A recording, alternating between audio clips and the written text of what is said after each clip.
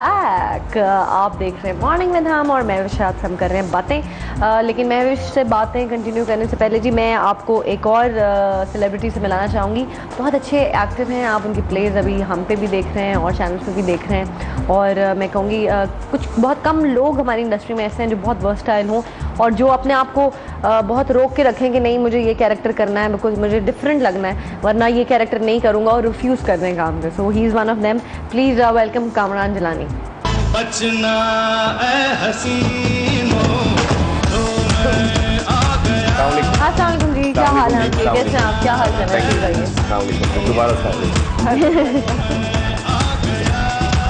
क्या हाल चाल है कामरान आपके? कैसे हैं आप? बड़ा अजीब सा गाना लगा है मुझे, है ना? हालांकि शरीफ सा इंसान है। अभी अपनी बेगम और अपने बच्चे की बात बता रहे थे और आप लोगों ने लगा दिया बचना है सीनो। क्यों इमेज खराब करते हैं?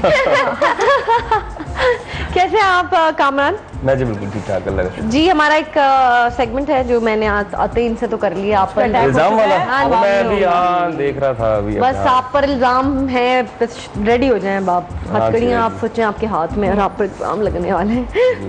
अच्छा जी, आप पर इल्जाम है कि आप बैंकर बनते बनते अचानक एक्टर बन गए। ये वो अभी इसने जवाब दिया था मैं विष्णु के इल्जाम नहीं, सच है।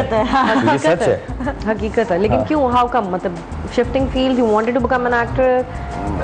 नहीं, मैं कभी नहीं एक्टर बनना चाहता था।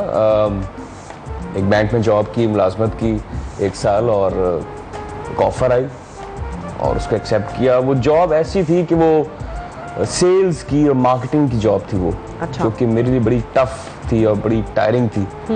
और आगे फिर हम फ्यूचर में सुन रहे थे कि यार आगे ये ज़माने की बात करूँ तो सिर्फ 2 चैनल होते थे, पीटीवी और एनटीएन। अच्छा अच्छा, आप इतने पुराने ज़माने के हैं? हाँ जी, 1947। चलिए आगे बढ़ते हैं। इससे पहले कि ये 97 की बात कर रहा हूँ। अच्छा राइट राइट। 97 में अगर आप जॉब करते तो आप, इसका मतलब किस ज़माने में आप स्कूल जाते होंगे? मुझे आप इल्जाम है कि आप एक तरह के रोल्स करने से कतराते हैं और अपने सीनियर आर्टिस्ट पर भी ये इल्जाम लगाते हैं कि उन्होंने एक जैसे रोल्स करके अपने आप को रिस्ट्रिक्ट कर लिया है।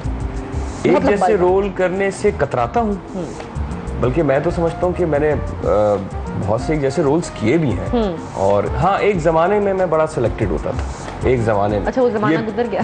हाँ, वो अब ज़माना गुजर गया जी। बहुत से ज़माने गुजरे इनकी लाइफ में।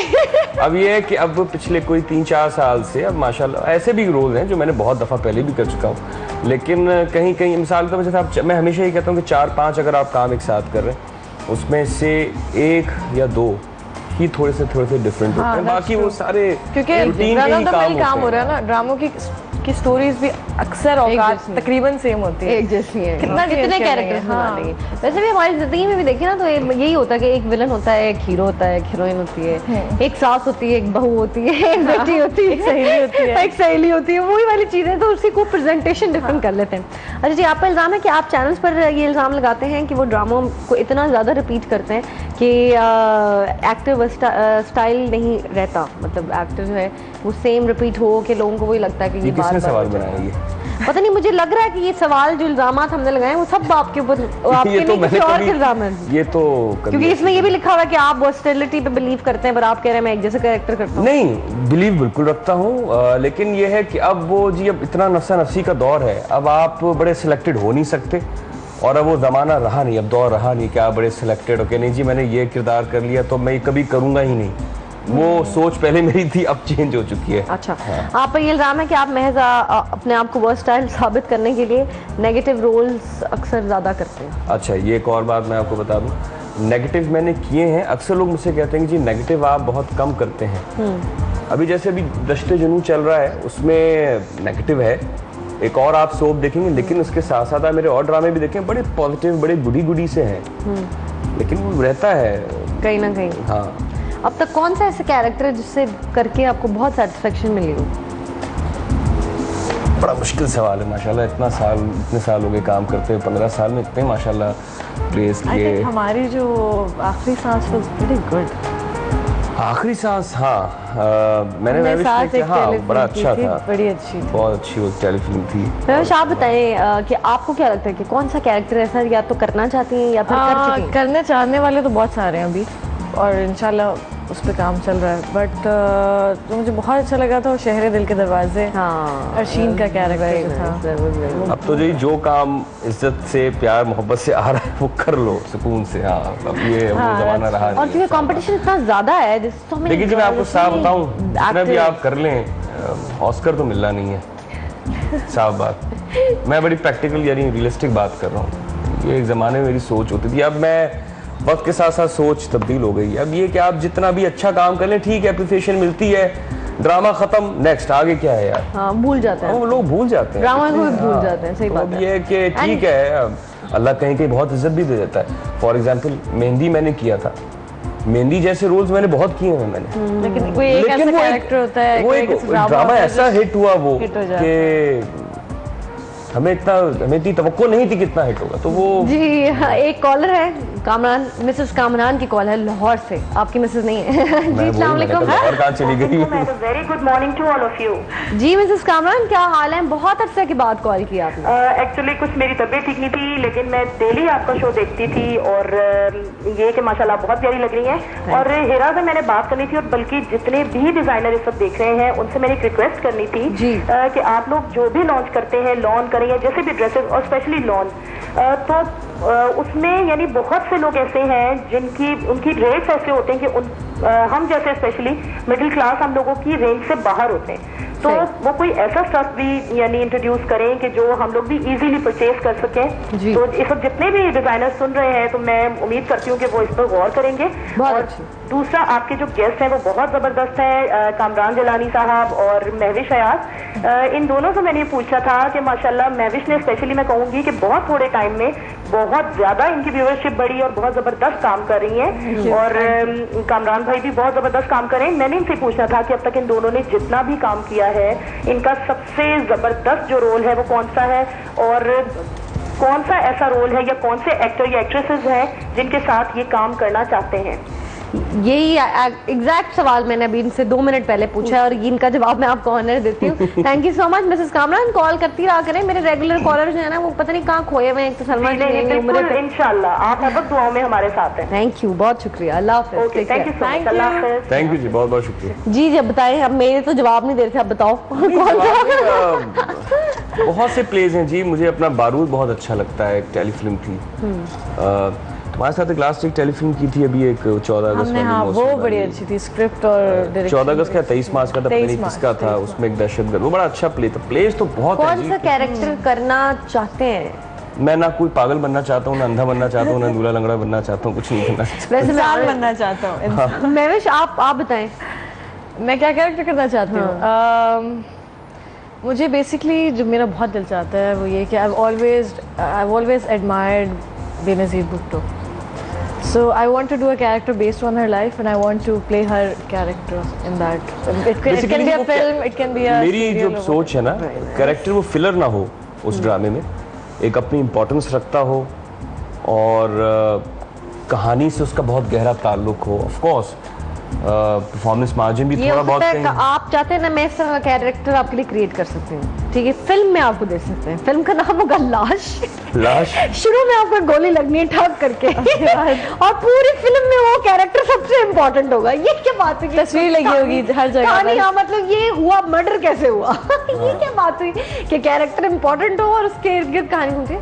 ये नहीं होता, मतलब हर चीज बंदी हुई होती है। आई बिलीव इन दिस कि हर एक कैरेक्टर के साथ ही एक चीज उभर के आती है। सिर्फ एक कैरेक्टर। देखिए जी, मैंने लीड भी किया, मैं इस पे बिलीव नहीं रखता कि नहीं जी आपने हीरो ही हर प्ले में करना है। मैंने मुझे सपोर्ट भी किया, हीरो भी किया। वही वाली बात फिर घूम के आती है कि आपका उस ड्रामे में उस कैरेक्टर की इंपॉर्टेंस कितनी है। कुछ साफ बात एक मार्केटिंग पॉइंट ऑफ व्यू से भी रख लेते हैं कि यार कैरेक्टर कुछ नहीं है, आप कामरान से करवाएं बस, ठीक है। ऐसी भी ऑफर। लेकिन ये भी होता है ना कि कुछ कैरेक्टर्स आवाम में ऐसे हिट हो जाते हैं कि आपको पता भी नहीं होता कि हिट हो जाएगा। बिकॉज लोगों को क्या पसंद आ गई, अगर आपने अपनी एक्टिंग से ऐसा प्रूव कर लिया।